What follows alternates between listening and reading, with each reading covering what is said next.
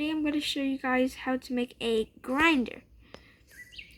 So what you got to do is you got to put 2 butter blocks in front of each other, just like that.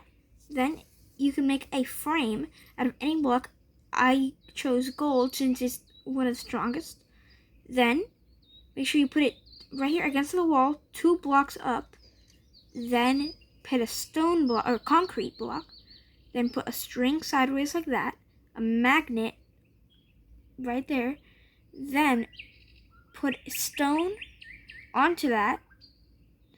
Then put string under it. Then you can put chairs or whatever you want. And then when you put all that, you can anchor it.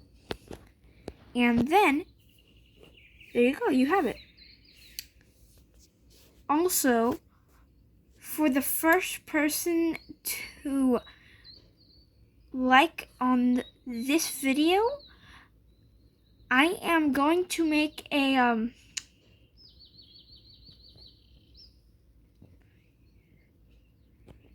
group on Roblox, and you will be getting from about 400 to 500 Robux. Okay. Bye guys, remember to like, subscribe, and turn on notifications. Bye.